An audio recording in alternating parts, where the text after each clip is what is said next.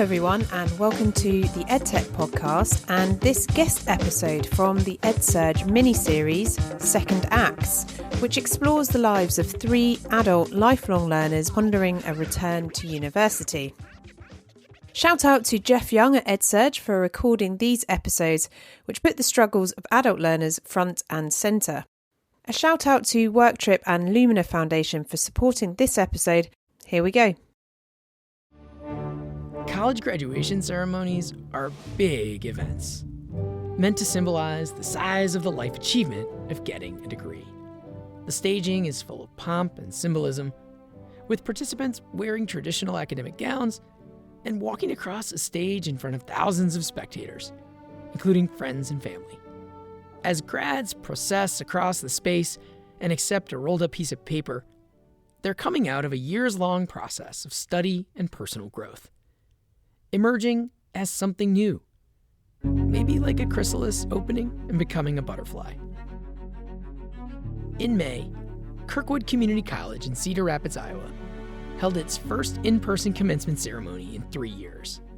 The pandemic had kept the last couple years virtual, as it did for so many ceremonies like it around the world. And the graduation was held in the biggest venue in town, the Alliant Energy Powerhouse Stadium.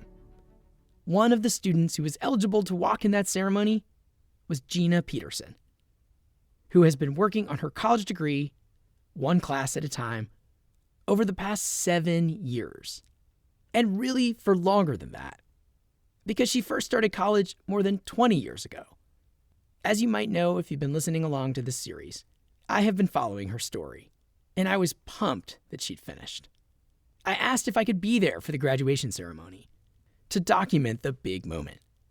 But Gina had a very good reason why I shouldn't go to graduation. Because I don't want to. Gina had absolutely no intention of going to the ceremony, and says until I mentioned it, she hadn't even considered buying the graduation gown and walking. Because it's however many other people that I've never met sitting in an auditorium or in a event center full of their friends and family whom I've also never met. I don't need that validation. I just need the degree. I just want to get this done. Gina isn't finishing a coming-of-age chapter of her life, as this graduation ceremony stages so elaborately. Gina's now 42. She's been in a job that she loves for many years. She has a close group of friends. She was already a butterfly when she started the program. For her, the biggest win will be updating her LinkedIn page and resume and feeling more secure in her future career prospects. Maybe there should be a different kind of ceremony for returning students, because the degree often means something different. It's not so much about emerging from a cocoon of isolated study. It's about being able to pick up knowledge while juggling school and family and work, and keep learning even as life happens. That's the case for Tim Lum, a 34-year-old in Honolulu. He hopes to one day get a job in computer programming, and he sees college as a place to pick up specific job skills and the degree to prove that he has them. Having all the education really that's backing the degree is what would make me feel confident. I don't know, maybe I'm just very utilitarian in the sense of, my main goal is to get that job so I can have financial stability. And for adult students, finishing can be about proving you can complete something long and grueling. That's the case for Paul Carr, a 47-year-old in Detroit. When his father passed away more than 20 years ago, Paul promised him that he'd finish the degree that he had nearly completed after high school, and that he had stopped out of when he found out that his then-girlfriend was expecting their first child. For years, Paul has been hearing his father's advice about hard work and perseverance in his head. And when I asked him what a finished degree would mean, he remembered something his father had said back when Paul quit piano lessons as a kid, and he got choked up.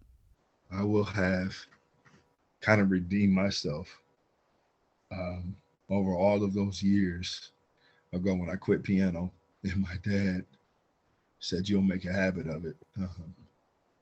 It will hopefully indicate to him, although he's not here physically, it will indicate to him that his son listened to him and It's honoring his wisdom that I'm not a quitter. Hello and welcome to the EdSurge Podcast, a weekly look at the future of learning. I'm Jeff Young, a reporter and an editor here at EdSurge. This is the third and final episode of a series we're calling Second Acts, where we're digging into the struggles of returning adult college students. Over this narrative series, we're following the educational journeys of 3 college students from different backgrounds and different parts of the country. Along the way, we're meeting some of the professors, academic coaches, and other folks working to help them succeed. And we hope to get beyond the typical recommendations of white papers to get at the heart of the college completion effort. In our previous episodes, we told the story of how Gina, Tim, and Paul stalled out of their first attempt at post-secondary education, and then what inspired them to go back. We learned about the many obstacles they faced to staying on track. You may want to go back and listen to those first 2 episodes before going further in this one. This week, we're focusing on the last mile as they get near the finish line of college. And we're exploring what a college degree means to a returning adult student. For Tim in Honolulu, the COVID-19 pandemic felt like a chance to go back to an education. He had gone to a trade school right after high school, but quickly dropped out. In the meantime, he had had plenty of success, helping friends start a company, and years doing work in restaurants that he has loved. But he has long looked to college as a kind of magical place where people level up and achieve bigger things. One of my friends, he owns a solar company, a solar development company. And then his company actually did the work on the airport here in Hawaii, as well as like community colleges and a bunch of other stuff. So he has like a pretty big company. I always wonder, like if I had gone to college sooner, like would I be in a place like that now? So Tim took advantage of the enhanced unemployment benefits and other pandemic relief to enroll in not 1, but 2 computer science programs. A coding boot camp run by a for-profit college in town, and an associate's degree program at the local Kapai-Olanai Community College. He figured that after finishing the coding boot camp, he'd have enough knowledge to get some work in computer science that he could do while he continued working toward that longer goal of getting his associate's degree, and then hopefully transferring to a 4-year college. But he admits he has a tendency to overbook himself. And doing both educational programs at the same time turned out to be more than he could handle.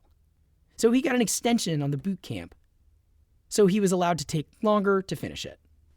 Instead of 9 months, it took Tim a year.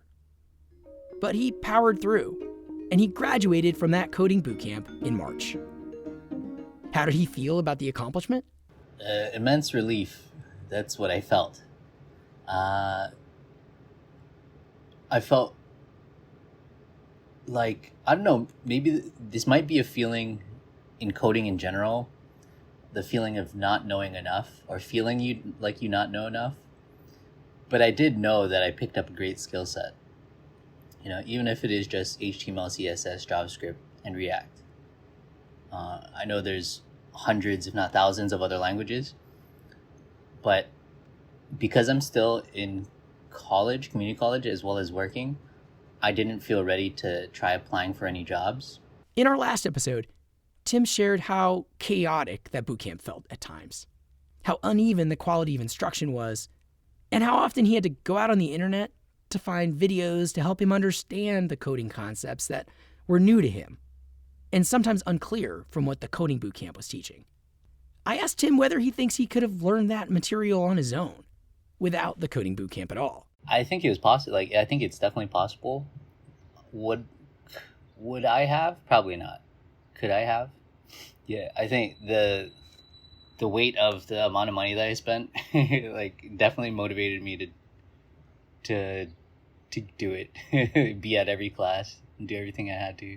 He spent $12,500 on that boot camp. That felt like a huge amount, and he was not going to let it go to waste. And Tim did manage to pull it off. Of course, coding boot camps, they market themselves as an alternative to college, and they say it's enough to get a job. I asked Tim why he didn't just stop there. Why did he feel that he still needed more than the boot camp credential? I guess the quick answer would be because I want a better job, and the guarantee, I guess, of a better job. With coding bootcamp, I now that I'm about 2 years in with the community college, and then after completing the coding bootcamp, I realized that coding bootcamp can definitely get you a job. And it can give you enough knowledge for you to be in a freelancer, independent, programmer. But there's so many skills that you need to have, and you need to keep pushing. You're trying to fight for contracts, because there are a lot of programmers out there, and there's just so many skills that you need to have. And then depending on the business, there's so many specific skill sets that you need to have, just to work at a certain place or what they're looking for. But if I were to finish college, with a bachelor's degree, there's so many the doors open up, so many other doors open up, because I've been looking at all these places that are trying to hire people, and most of the good jobs require a bachelor's degree. So Tim's identity now includes being a college student. In our conversations, Tim had mentioned how supportive his girlfriend of 2 years has been in his educational quest. So last week, I connected with her, Maya Mayashiro, to hear how she viewed what he was doing. I'm really happy for him. When we first started dating, he wasn't a student. He was pretty much full-time working in the restaurant and service industry. So Yeah. It's almost strange for me to see him as a student, because I feel like he's a totally new person. And I'm really happy for him. In what way? What do you mean a totally new person? That's so interesting. Yeah, I feel like going to school, no matter if it's part-time or full-time, really changes you. And I really appreciate that he's trying to further his education for his professional life. And it makes me really happy to see that. And I think naturally, if you're pursuing something like that, it makes you a little bit more passionate, more disciplined, more tired, but it's all good. More tired? Yeah. Tired. Yeah. Maya was a college student when these two first met. She was working on a degree in political science at a local community college. But she hit a point where she wasn't sure what she wanted to do next, or if that major was right. So she's taking a break. And I almost have a lot more respect for people who go back to school knowing exactly what they want to do versus rushing into it because it feels that that's what's necessary, but not necessarily what they want to do. But yeah, I want to think a little bit more before I ultimately decide on my end degree. But I had finished all my prerequisites and then just sort of stepped back and wait, I think I'm going to pause. And here I am. So here they were. Tim had a plan. And with the coding bootcamp completed, he was able to focus more on his community college courses. He was on track to complete his associate's degree next fall. Then one day a couple months ago, Tim told me that he had some big news. He had gotten hired as a flight attendant by Hawaiian Airlines. At first I thought I heard him wrong. Tim had never mentioned wanting to be a flight attendant. It turns out that Tim had been chasing this flight attendant job for a while. He says he first applied way back in 2014, and he said he got to the third interview then, but he didn't get picked. Since then, he has reapplied about every other year or so. Then this year, he was surprised to get the call back and make it.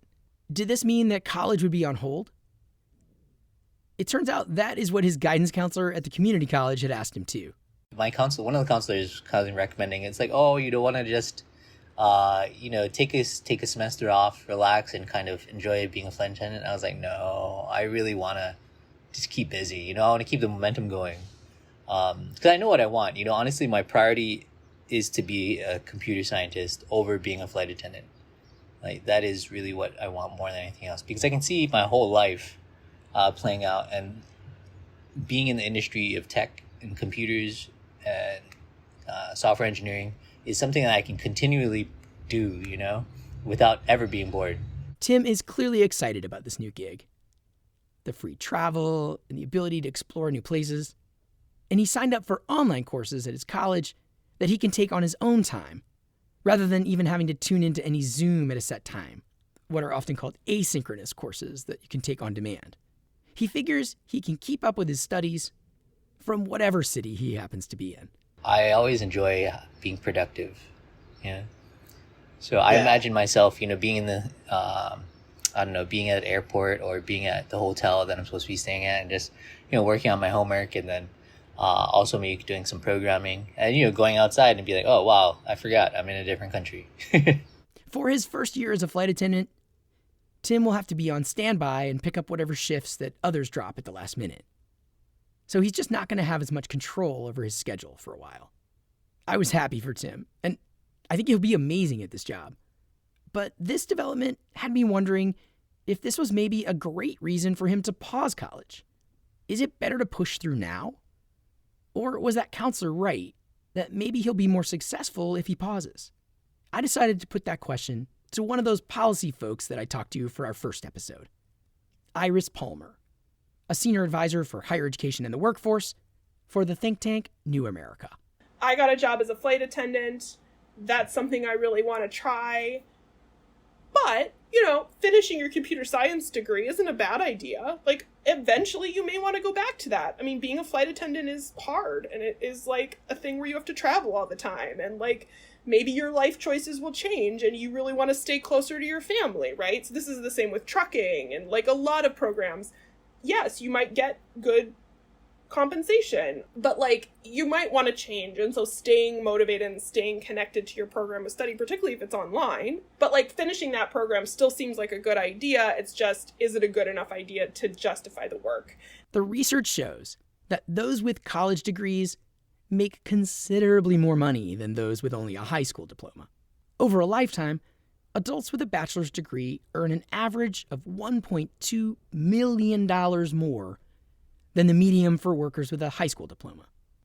That stat is from the Georgetown Center for Education and the Workforce, that Iris Palmer and others frequently cite. Tim, by the way, was already sold. He says he feels that he'll be way more stable financially if he can hang in there with his college plans. So how is that juggling going? I talked to Tim last week to hear whether his plans on mixing schoolwork and jet setting are actually doable. My first actually extended range trip was to Boston. Beautiful city, by the way. I never understood why people love Boston, but now I totally understand. Yeah, it's amazing. But yeah, I found myself, because especially weird time zones, just waking up at midnight Boston time, studying for 5 hours, doing homework till 5 a.m., going out, getting some pastries to take back to Hawaii, and then hopping on the plane. I was exhausted for sure, but the concept of, I guess, appropriate time to study does not mean anything anymore. But the reality of doing both hard things at the same time has set in. In our last call, Tim kept apologizing for not being as coherent because of his jet lag. And he said he has had to adjust his class schedule significantly, dropping his 2 hardest classes and replacing them with less rigorous ones. The anthropology and the chemistry class was taking so much time and mental and emotional energy out of me. I had to drop those and pick up an elective instead, because I'm flying so much. So that pushed back my timeline. Now there is very little chance that he's going to finish that associate's degree by this time next year, as he had hoped. Instead, it's likely going to be spring of 2024. I asked him if he ever wishes he had gone right to college after high school, as so many of his friends did. I'm happy with the route that I took, even though there's that lingering feeling of, man, I need to hurry up. I need to catch up with everybody, because it is kind of frustrating not being in the field that you want to be in, having to take your undergraduate, classes, gen ed, because I feel like the life that I really want to be a part of, be in, is just this close, But I don't think I would do it any other way, just because internally I understand who I am. I feel like I'm aligned with the person that I want to be. And I was able to deal with all of the, I guess, problems that I had before, the inner demons, as they say. Yeah. If I didn't have the time in between, then I would probably there'd definitely be some more landmines, out in the field that I may step on at one point, and who knows, maybe I'd lose that great job that I get. After the break, in Michigan, Paul hits a different kind of obstacle at what should be the finish line of his degree. Stay with us. Hello! Did you know that in a recent Stanford experiment, in-person teams generated about 15% more ideas than virtual teams? And what's more, MIT's Human Dynamics Center found that conversations outside of formal meetings are the most important factor that contributes to team success. That's why we built WorkTripp, to supercharge team culture and exceptional performance through off-site and back-at-desk working design. If you're looking to take your team on an off-site this year, make it count. Help re-inject the social learning, new ideas and adventure back into the world of work. Go to worktrip.com and check out our team-specific listings, including venues, experiences, executive coaches, facilitators and speakers. Our vision is to help all teams, from high-growth startups to well-established corporates, to get together, enjoy work and be productive. We scale those aha moments which unlock great things. Paul Carr studied at Morehouse College decades ago, majoring in political science. And he was just 3 classes away from the proper number of credits to get a bachelor's degree. So when he heard last year that Morehouse was starting an online program designed for returning students, it seemed to be an ideal fit. The one issue was that the new Morehouse Online offered only a single major to start out: business, not political science. But Paul decided not to worry about that detail too much, figuring it would all work out somehow. He recently finished a year of courses at Morehouse Online, and he has loved the work he's done in class. As we detailed in our last episode, he's felt challenged and engaged in ways that have really reminded him of being back on campus decades ago. Yet, after taking this full year of courses, Paul has realized he might not have made much progress toward finishing that degree. I literally thought I would be in school for 1 year and I'd have my degree. And then it's like, oh, wait, you're not offering this anytime soon? Like, I thought even, okay, I'll wait. I can take some business classes until the poli-sci department opens and then I'll finish, right? No clue on when that's happening, at least at Morehouse. And so, I have no clue. I honestly don't know. That's that limbo, man, that I'm in. I'm in a state of limbo. He's not sure what the timeline is now to finish at Morehouse. And in what seems like an episode out of a dystopian novel, Paul is technically further away from a degree now than when he started Morehouse Online a year ago. Right now, it's looking like, if I continue, it's looking like I'd be in this program for another 2.5 years. I'd have to take the entirety of their business program. And I don't know I don't know if that's the path that I should be taking. I don't know that it's equitable or fair to me. So those are the questions that I'm exploring right now, like talking to people who can kind of better guide me on, okay, no, the school can't do this, or they can do that. They have to honor this. They don't have to honor that. I'm just learning what is all possible by talking to people that aren't connected to the program. And because I love Morehouse, I recognize I'm very patient, but I also have to be fair to me. It turns out Paul is not the only one hitting logistical snags in this college's brand new online program. There's been a lot of discontent. There are a lot of guys that are leaving the program, and because they got to do what they got to do. They got to finish. A lot of issues have been with credits from their other institutions not transferring over. Yeah. So now you're retaking classes. And I mean, math is math everywhere. English is English everywhere. It's not, there's nothing special about one school's math. The online students, they got organized. And they brought their concerns and suggestions to Morehouse officials recently. There was a letter that we crafted as a student body to the school to kind of point out, or the online program to point out the blind spots that we've been dealing with, and some plausible solutions to them. So not only did we point out like, okay, these are the, it's almost like beta testing. Not only did we point out these are the issues with the app, so to speak, but here are some things that we suggest could work from our standpoint as users, as people that are, as the students. And we didn't receive a response via email. However, there was an email that went out to the entire online community that there would be a town hall. The president of Morehouse and others at the college did hold that town hall just a couple weeks ago. They addressed pretty much everything that we listed.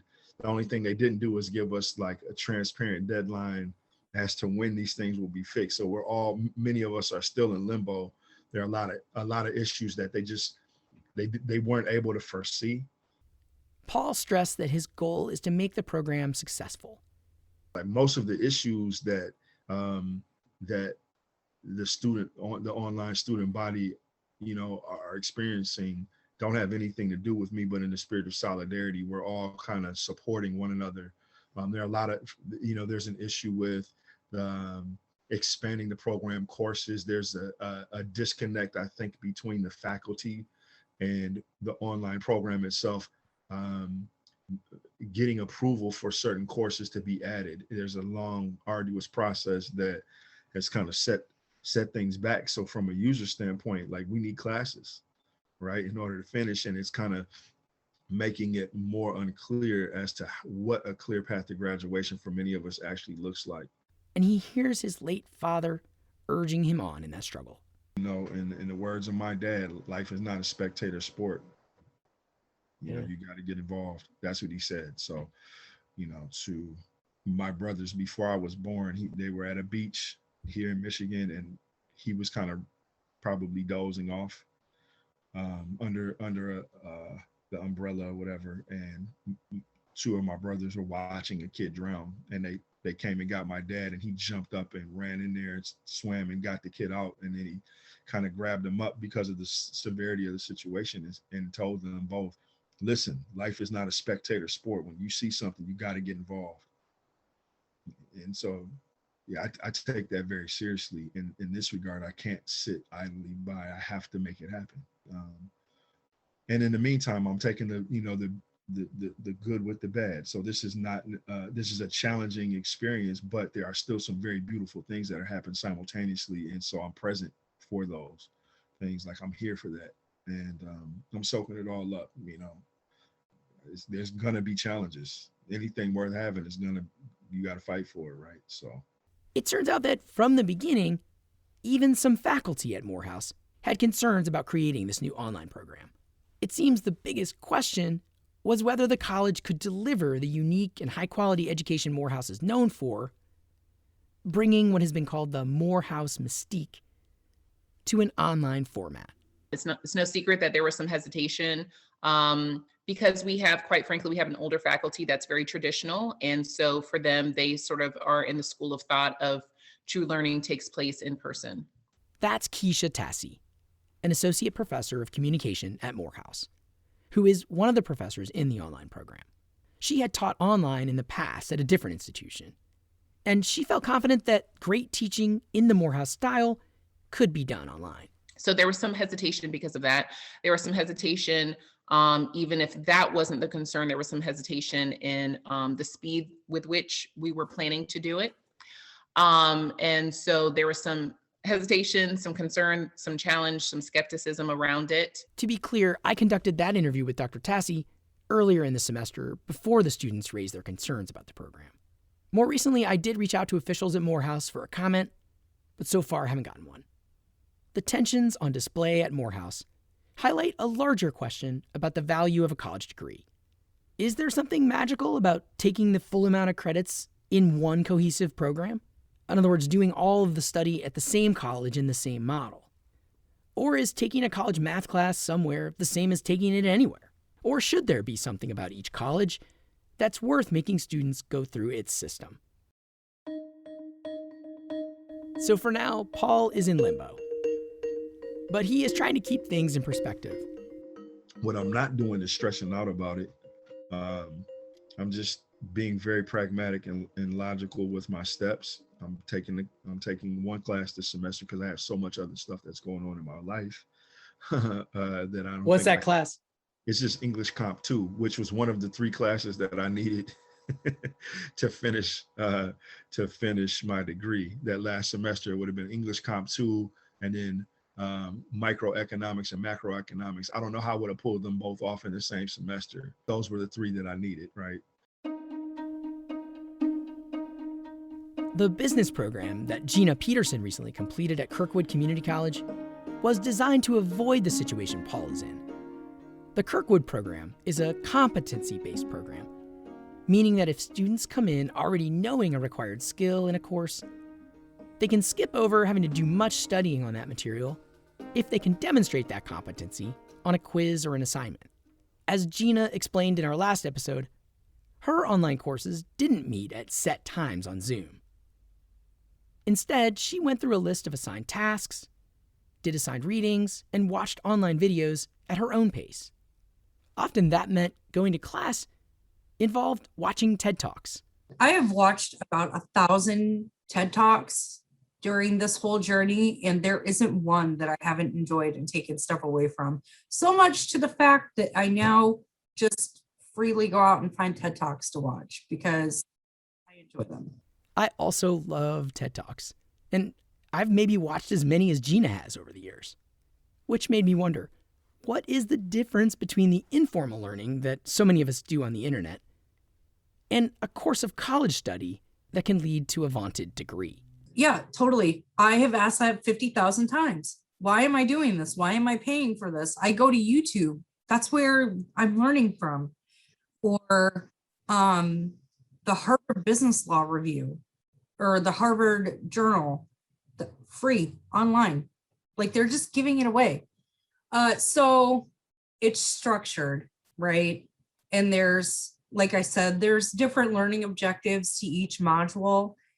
And in the end, you're paying for the structure, you're paying for the instruction. The way that you know that you're doing it right is the homework grade. If you're getting the right grades, you've got the right competency. You've got that right interpretation of it. Because I can watch a TED Talk, you can watch the same exact TED Talk, and we may come away with 2 completely different opinions of it or 2 different takeaways of it completely. I mean, the main focus of the TED Talk is the topic itself, but we might interpret it a different way. And is that way right or wrong? Don't know. But what the instructors are looking for is the takeaway in your interpretation of it. Gina says she learned so much in her program, including skills in math and statistics that she occasionally uses in her job now. But in an ideal world, she wishes there would be even more opportunities for students to test out of parts of college they already know. I think there should be. I think there should be a way that you go in and you do like a wouldn't be an SAT, of course, or an ACT, but you go in and you test out of as much as you can. And, if you can prove proficiency, here you go, pay for the test and here you go. It's not the way the system works though, because colleges don't make money that way. Despite occasional doubts during her 7 years in Kirkwood's competency-based program, Gina is a true believer in the value of the degree as a marker of her skills and personal growth. Here's how she put the meaning of that degree in one of our early conversations. Will be the biggest accomplishment I've ever done in my whole entire life, and I will definitely be introducing myself. Hi, my name is Gina, and I'm a college graduate. And now that she's finished, it turns out I wasn't the only one asking to go to Gina's graduation ceremony.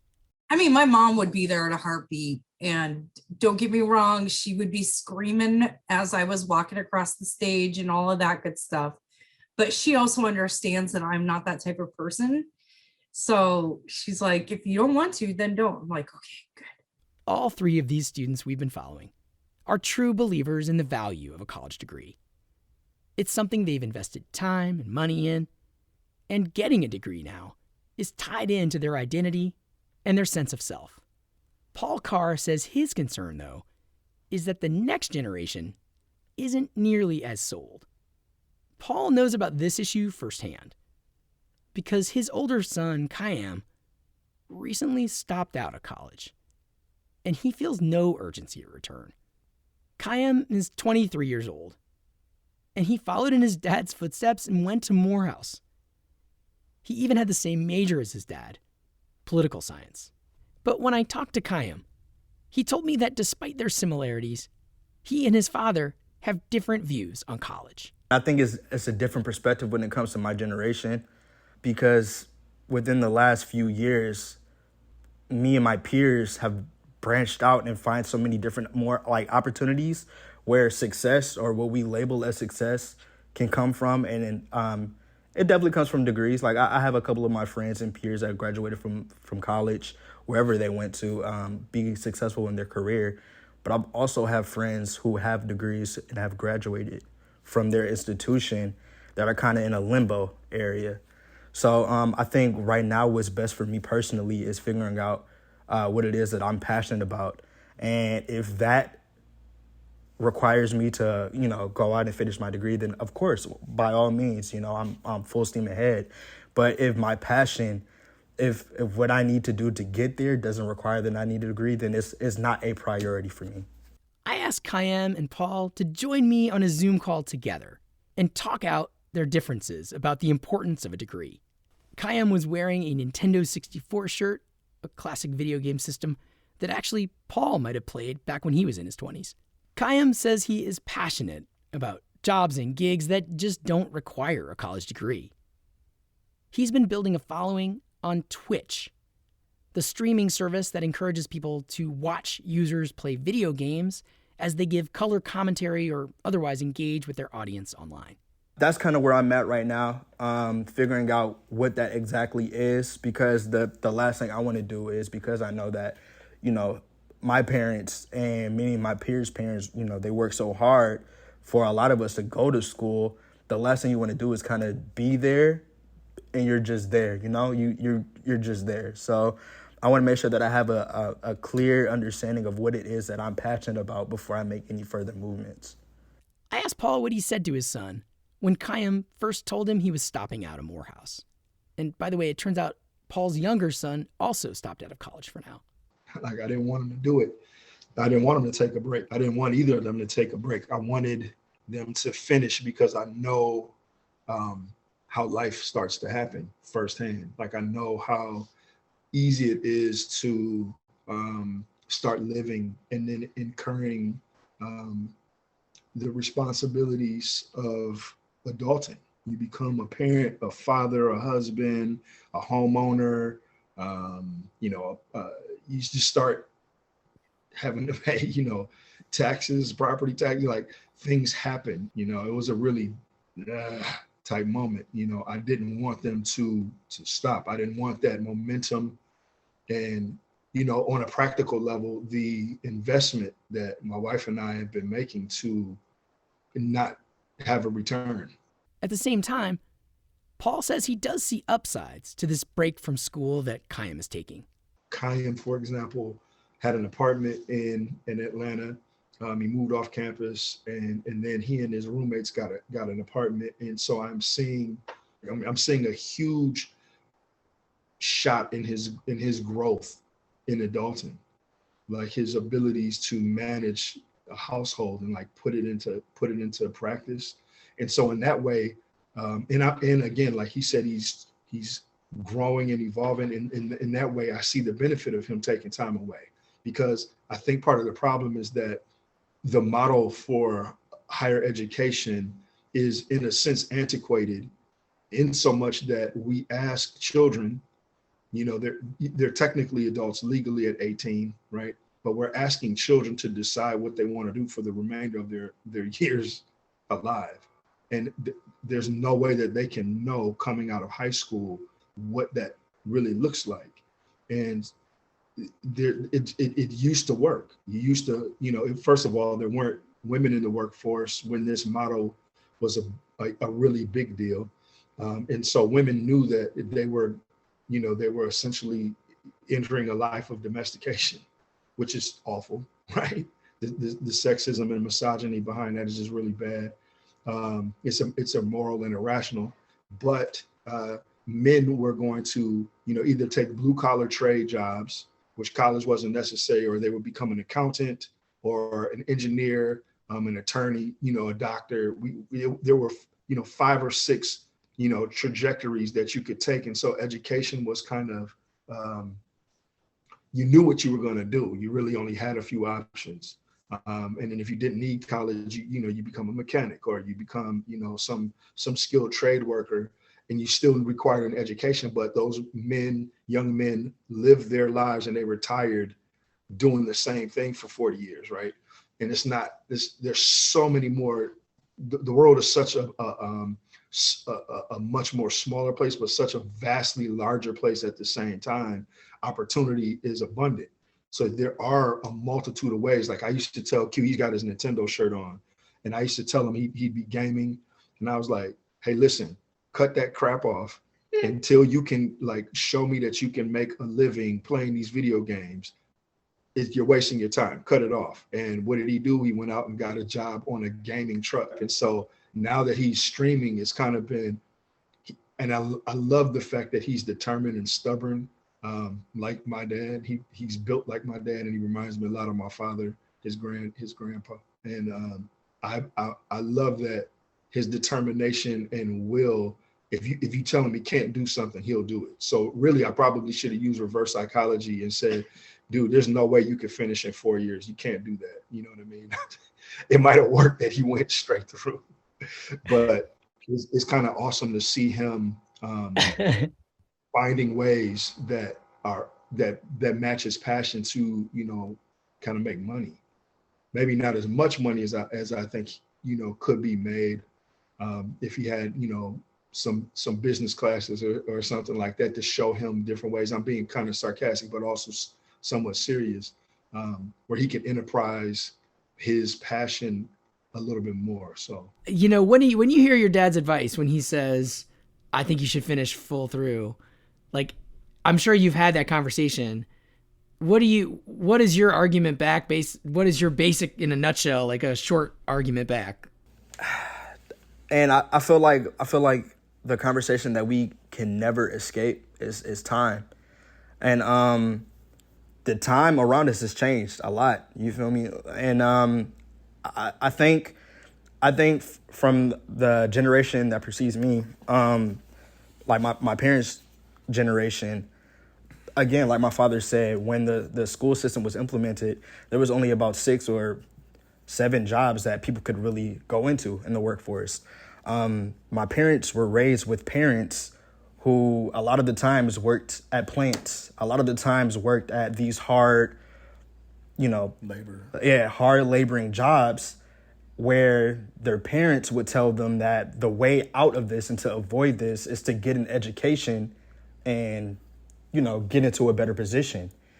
So with that upbringing and that being instilled in a person, your only perspective is going to be that education is the way. And it's a completely different day and age. Again, people are making a lot of money doing other things. So my quick argument would always be that there's always another way, right? Yes, education, like I said, knowledge is good, but it's not the end all be all. I can still be successful without it. I guess, what would you say to somebody, if an expert that I've interviewed was here and saying, I hear you, but the statistics are that you might want a job later in life that requires a college degree and that you're better off just finishing it. What would you say to that argument?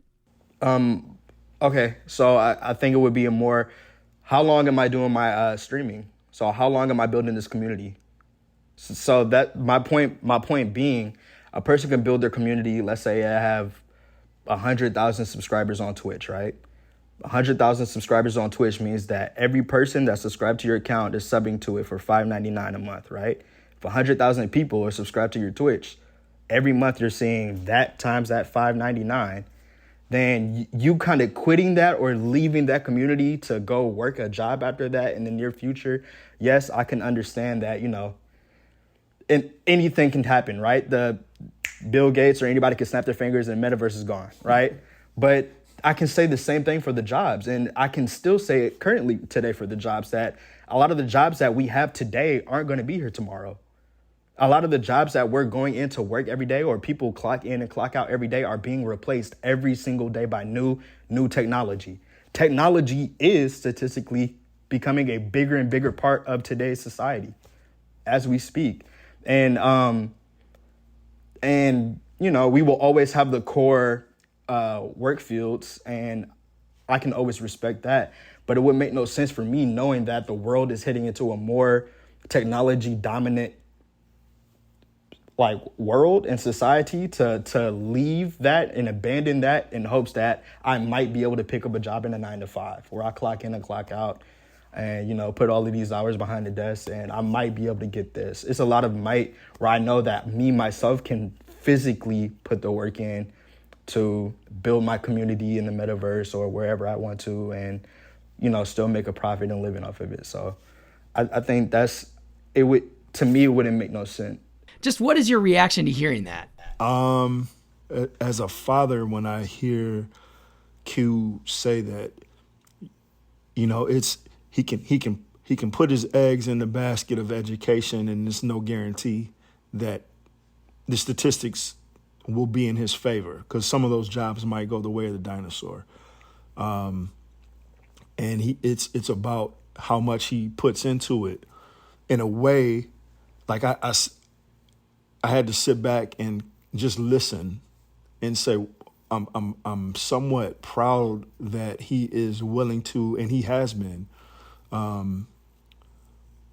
working diligently to bring to fruition what it is that he envisions for himself. The other side, so there's one part of that dad that I'm proud that he is working diligently to make happen what he envisions for himself. The other side of that dad coin is that I wish he had that drive for school. And then from a historical standpoint, I'm like, wow, I'm hearing him and his generation almost make the same missteps that previous generations have made, where they put all their all of their eggs into a basket where these job markets are going the way of the dinosaur. A perfect example are people who are, going into like truck driving school. Like truck drivers can make a ton of money. Transporting goods and services across the country into Canada and Mexico. Here in Detroit, it's a big deal because we have the largest international border crossing in North America. However, with, autonomous vehicles coming, what happens to that investment is the people that are financing, semis. Not only have they, financed their education, whether it's out of their pocket or they're getting, loans to go to school, and then they're paying these loans back, and then we've got cars that park themselves and people getting in Ubers that take you from point A to point B with no driver.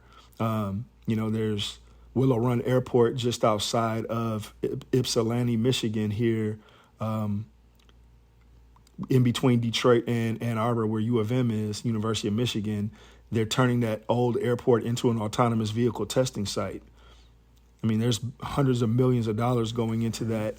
And what happens to the truck drivers now, all the people who have put all of that money into those careers. So, historically, I see what Kayam is saying, but I almost feel like that approach is doing the same thing. It's deja vu all over again, as Yogi Berra would say. At this point in the conversation, we were running short on time.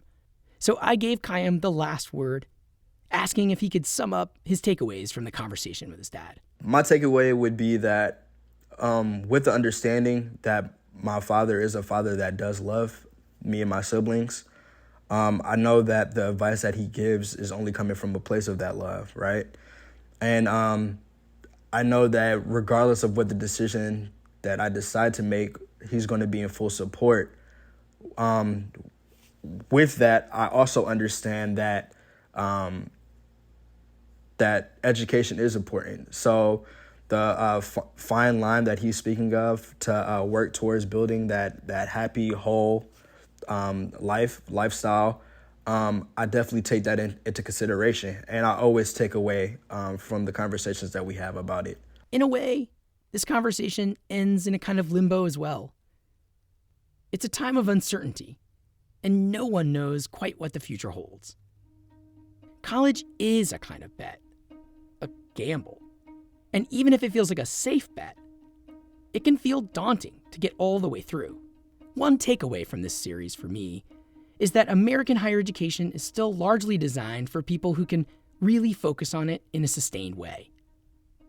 And yet more and more people find it hard to get that kind of space and time in their lives to do it.